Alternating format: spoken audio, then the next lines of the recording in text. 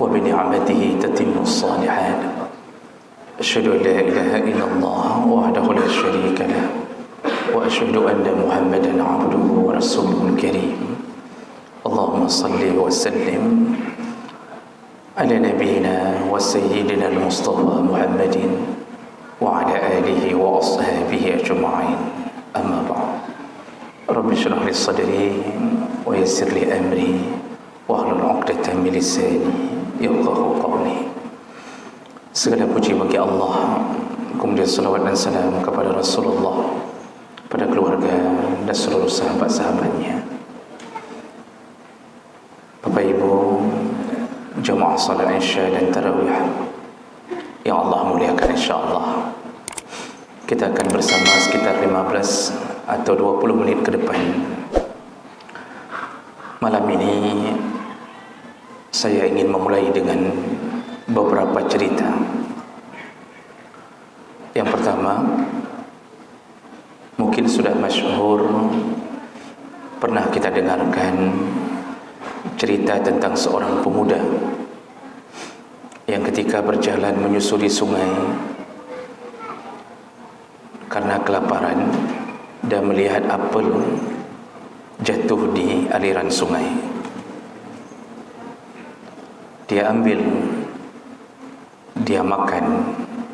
Setelah dia makan, dia baru teringat bahawa dia belum meminta izin dan tidak mengetahui siapa pemilik apel ini.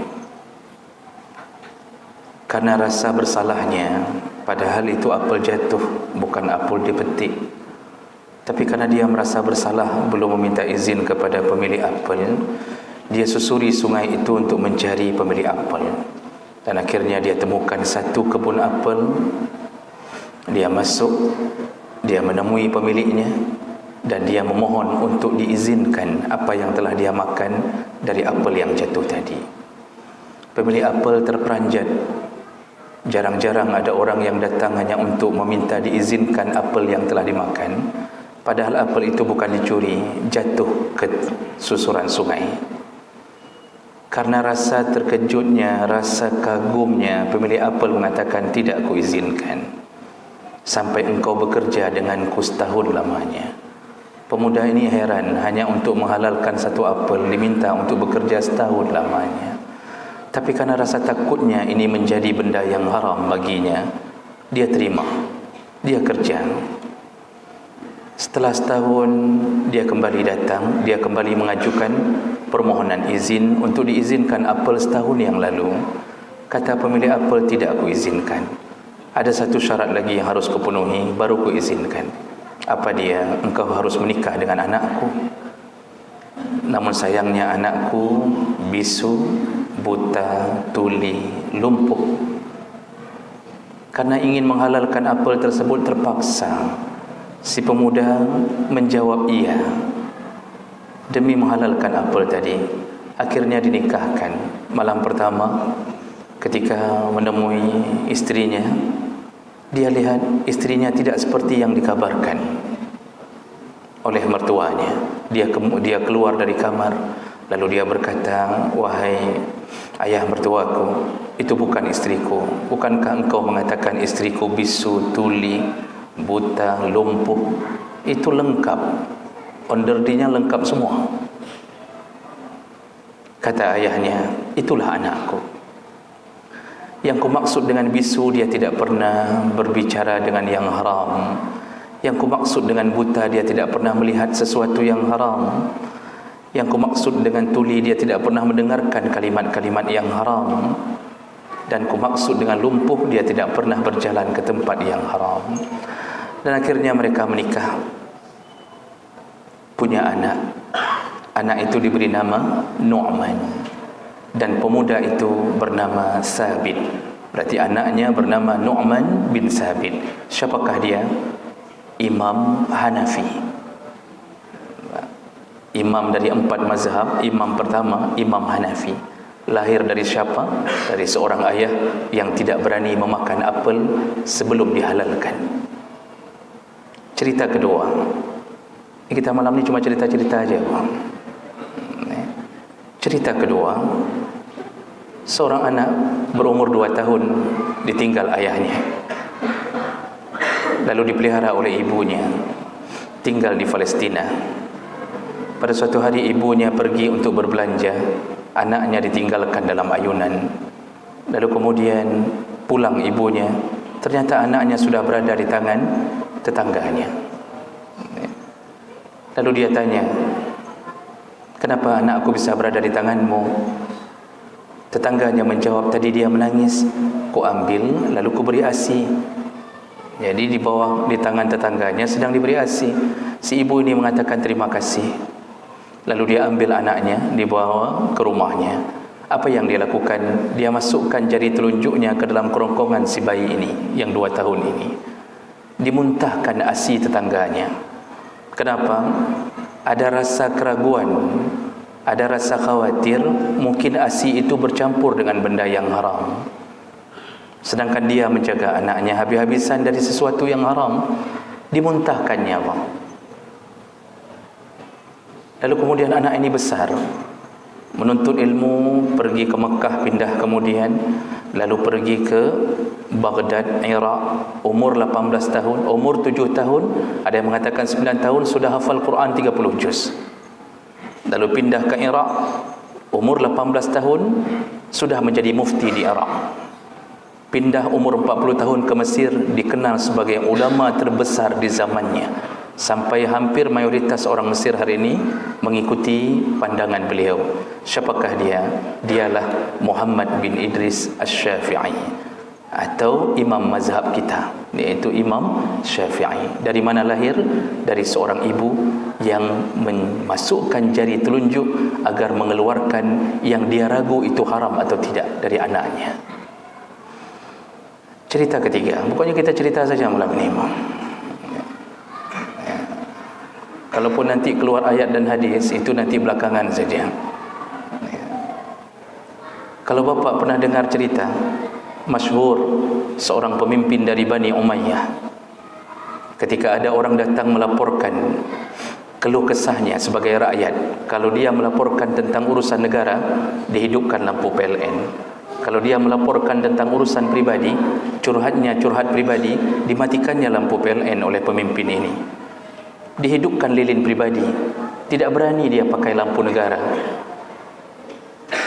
Kalau ingin bercerita tentang kehidupan pribadi atau curhat masalah pribadi. Dan pemimpin ini dikenal sangat jujur, amanah, adil. Sampai 2 tahun cuma memerintah, rakyatnya merasakan keberkahan Allah. Rakyatnya banyak yang miskin, tapi ketika zakat dibagikan, tidak ada satu pun yang mau menerima zakat. Semua mengatakan, bagilah ke samping, di samping lebih butuh daripada aku, padahal dia sendiri miskin. Bagilah ke samping, diberikan ke samping, samping pun mengatakan, berilah ke samping lagi, terus berilah. Akhirnya berputar-putar, tidak ada yang mau terima zakat, subhanallah. Padahal miskin rata-rata, tapi mereka kaya hati. Kenapa? Keberkahan Allah turun dari seorang pemimpin yang adil. Hari ini kan terbalik, Bang. Orang kaya hatinya miskin, malam kasih zakat fitrah, besok terima 2 kali lipat. Subhanallah. Padahal orang kaya itu haram terima zakat fitrah. PNS nggak boleh terima zakat fitrah, Pak. Walaupun bapak tinggal uang kredit cuma 300.000 setelah kredit, tetap hitungannya gaji penuh itu. Salah sendiri siapa suruh ambil kredit, kan begitu ceritanya. Mana ada cerita salah syariat. Siapa yang suruh ambil kredit? Istri saya, Ustaz. Dia yang suruh dulu ambil kredit, suruh ambil mobil Innova 1. Katanya dia ingin hidup nyaman, bawa anak-anak ke sekolah. Setelah kita ambil kredit, tinggal gaji 300.000. Yang 3.200.000 tenggelam dalam kredit. Setelah hidup 2 bulan dalam 300.000, istri kembali mengatakan, apa mungkin saya hidup denganmu dengan 300.000 ini? Ceraikan aku. Dulu dia yang suruh ambil kredit, sekarang dia yang minta cerai. Masya Allah. Tapi bukan istri yang di belakang sini, Pak. Di sini nggak ada. Istri di Afrika yang banyak begitu. Jemaah melakukan Allah Subhanahu wa taala. Sampai-sampai dalam kitab Al-Bidayah wa Nihayah disebutkan masa kepemimpinan beliau ini, Masya Allah, kambing dan serigala hidup bersama. akurnya kambing dan serigala. Serigala tidak memakan kambing. Kambing apalagi, mana mungkin makan serigala. Tidak saling mengganggu, Pak. Ketika serigala sudah mulai memakan kambing, orang mulai mengatakan pemimpinnya telah meninggal. Pemimpinnya telah meninggal. Begitu berkahnya hidup. Dari mana asal usul pemimpin ini? Bapak Ibu yang Allah muliakan, kita feedback ke belakang. Umar bin Khattab radhiyallahu anhu, Khalifah Ar-Rashidin yang kedua. Beliau sering jalan-jalan malam untuk mengetahui nasib rakyatnya. Kalau bahasa sekarang belusukan. Tapi tidak ada kamera pada waktu itu. Dan tidak perlu turun ke dalam parit-parit untuk mengetahui tentang nasib rakyat. Ya, jadi jalan biasa saja di tengah malam, Pak. Pada suatu malam dia dengar, ketika dia berjalan tiba-tiba terdengar percakapan dari balik pintu rumah. Yang berkata-kata adalah seorang ibu dengan anak gadisnya. Kata si ibu, "Nak, campurkan saja susunya dengan air agar kita lebih banyak untungnya besok." Kata si anak perempuannya, "Tidak ibu, bukankah Umar bin Khattab telah mengatakan ini haram? Haram jual beli dengan mencampurkan sesuatu yang bukan haknya." Kata si ibu, "Nak, tapi Umar bin Khattab tidak melihat kita." Padahal ibunya tidak tahu Umar bin Khattab di luar tu, mendengarkan percakapan itu. Kata si anak gadis, "Benar wahai ibu, Umar bin Khattab tidak melihat kita. Tapi Allahnya Umar, Allahnya kita melihat kita. Jangan campurkan susu dengan air." Umar begitu terpananya dengan percakapan itu. Pulang, esok harinya dia panggil anaknya Asim. Dia ada berapa anak, salah satunya Asim. Asim ini belum menikah, Pak. Lalu dia katakan, "Nak, tolong selidiki keluarga itu. Tadi malam ayah mendengarkan begini dan begini. Kalau keluarganya baik-baik, maka ayah mohon nikahilah gadis penjual susu itu. Aku melihat engkau akan dapat keturunan yang berkah darinya." Asim menyelidiki, cocok, kemudian dilamar. Masya Allah, anak presiden, Wak, melamar anak seorang penjual susu. Menikah. Lalu punya anak. Salah satu anaknya perempuan bernama Laila. Ada yang Laila di sini, Ibu? Ada ya? Oh, ada ya.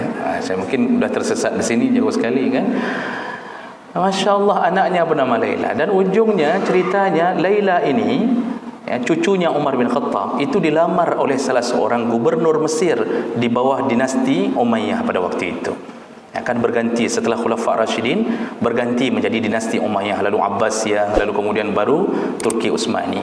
Nah, salah satu gubernur di dalam dinasti Umayyah ini itu bernama Abdul Aziz bin Marwan bin Hakam. Terkenal dalam sejarah. Beliau lamar Laila, cucunya Umar bin Khattab, untuk menjadi istrinya. Nah, jadi di sela-sela itu Umar bin Khattab sebelum meninggal itu pernah menceritakan satu mimpi kepada keluarga besarnya. Katanya, "Aku bermimpi di antara cucu-cucuku nanti, generasiku nanti, ada yang diberi nama Umar dan di keningnya ada luka cacat." Kata Umar bin Khattab. Jadi itu menjadi cerita terpendam dalam keluarga. Nah, ketika Laila menikah dengan Abdul Aziz bin Marwan bin Hakam, gubernur Mesir ini, diberikan anak. Dan mereka kemudian memberi anak namanya Umar. Dan itu belum tahu apa yang akan terjadi. Ternyata Umar bin Abdul Aziz, cicitnya Umar bin Khattab ini, waktu kecil sempat ditendang oleh kuda, tepat di keningnya. Jadi ketika bermain dengan kuda, ditendang oleh kuda, Pak, langsung di keningnya, mengeluarkan darah yang luar biasa. Semua menangis. Semua mengkhawatirkan ni anaknya gubernur. Kan biasa, Pak, kalau anak gubernur yang kena tendang kan biasa, semuanya nangis. Kalau anak kita yang kena tendang, mana ada yang nangis? Semut pun tidak menangis. Semua menangis. Tapi Masya Allah, ibunya Laila dan ayahnya Abdul Aziz lalu tersenyum. Kenapa mereka tersenyum? Mereka mengatakan, inilah mimpi dari kakek Umar bin Khattab. Dialah yang mungkin jadi pemimpin yang paling adil setelah itu. Dan ternyata benar.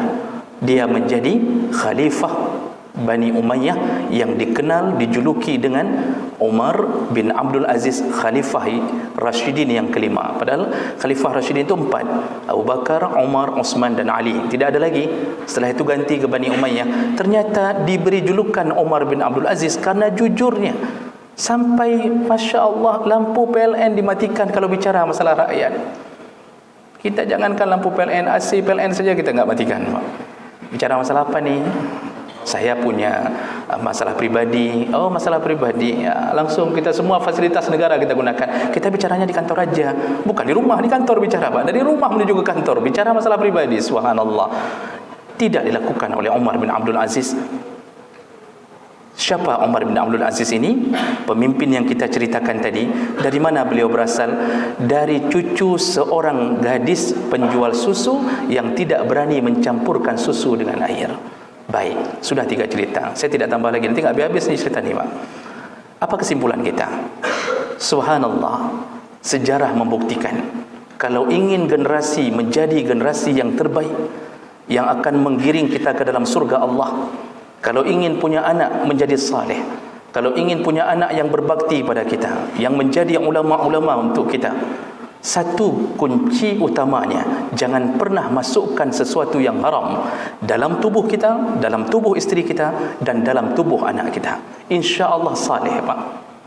Walaupun waktu kecil dia menjadi pasukan Mixagrip, dia menjadi pasukan Bodrek, itu kecil saja dia jadi pasukan Bodrek. Besarnya Masya Allah itu menjadi pelipur lara, selama syaratnya tidak ada sesuatu yang haram masuk ke dalam tubuhnya. Kita aneh hidup kita hari ini. Masya Allah, angan-angan kita terlalu panjang. Nak, kita kirimkan ke pesantren ya nak. Kamu pokoknya 6 tahun di pesantren, ini ayah haram. Kamu jadi hafidhul Quran. Ini pokoknya 30 juz nih, enggak boleh enggak 30 juz. Jangan kayak ayah. Ayah jangankan itu, juz saja ayah enggak bisa minum lagi hari ini, kata ayahnya. Kamu harus jadi ulama, kamu harus jadi ini, kamu harus jadi itu. Masya Allah, harapannya besar. Tetapi Masya Allah tiap-tiap bulan dikirimkan uang SPP-nya dari kerja ayah yang haram, dikirimkan uang jajannya dari harta ayah yang haram, dikirimkan uang makan dari harta ayah yang haram, lalu bermimpi anak jadi ulama. Tidak akan pernah terjadi. Tidak akan pernah terjadi. Makanya jangan heran Bapak Ibu yang Allah muliakan, kenapa hari ini anak kita 6 tahun di pesantren keluar seperti tidak pernah dari pesantren. Kita pula yang membangunkan dia salat subuh. Seharusnya kan dia membangunkan kita salat subuh. Kita yang bangunkan dia. Sahur untuk puasa saja kalau kita enggak bangunkan, dia akan puasa 2 hari tanpa sahur. Lewat tidur subuh, kemudian zuhur enggak salat. Pakaian baju ketat, yang perempuan pulang dari pesantren jilbab masuk ke leher. Bukan masuk ke baju lagi, Pak. Dalam leher dia masukkannya. Subhanallah, celana ketat. Keliling-keliling Lok Semawi, begitu bangganya dengan celana-celana yang Masya Allah haram surga, tapi dia lakukan. Kalau kita tanya 6 tahun di pesantren, subhanallah, apa yang terjadi? Kenapa hancur harapan kita? Kenapa hancur angan-angan kita? Waktu besar kita harapkan jadi ulama, rupanya ujung-ujungnya jadi pengedar sabu-sabu. Kenapa bisa begitu? Apa salah kita? Doa kita selalu kita lantunkan, semua kita harap dari Allah. Yang salah dari kita adalah kita telah memberikannya harta yang haram. Dan tahukah kita, ini terakhir Pak, ini betul-betul terakhir dah ni. Tinggal 2 menit ni, saya tutup dengan lihatlah ayat-ayat Ramadan. Ternyata ayat Ramadan paling ujung itu mengingatkan kita jangan makan haram. Bukan ayat dari Al-Baqarah 188, itu penutup ayat Ramadan. Apa bunyinya? Wala ta'kulu amwalakum bainakum bil batil. Janganlah engkau makan harta sesamamu dengan cara yang batil. Wa tudlu biha ilal hukam. Lalu engkau membawa perkaramu kepada hakim. Litakulu fariqam min amwalin nas. Agar engkau bisa bekerja sama dengan hakim untuk memenangkan perkaramu. Bil ismi, engkau menang tapi engkau berdosa, wa antum ta'lamun, dan engkau tahu itu dosa. Salah satu yang paling kuat dalam Ramadan, permintaan Allah, jangan sentuh makan haram, jangan ambil harta orang dengan berbagai cara, jangan gertak notaris untuk memenangkan kita, jangan sogok hakim. Masya Allah, ini ujungnya panjang sekali, panjang sekali. Maka inilah kesalahan kita yang paling banyak. Kita tidak berhasil Ramadan kita kalau setelah Ramadan masih makan haram, tidak akan berhasil. Jadi orang yang hari ini bermimpi-mimpi, insya-Allah Ustaz, saya insya-Allah Ramadan saya jaga, tarawih tidak pernah tinggal. Masya-Allah umrah saya tiap tahun Ustaz. Masya-Allah saya jemaah saya jaga. Tapi kok bisa hancur hidup kita Bapak Ibu yang Allah muliakan?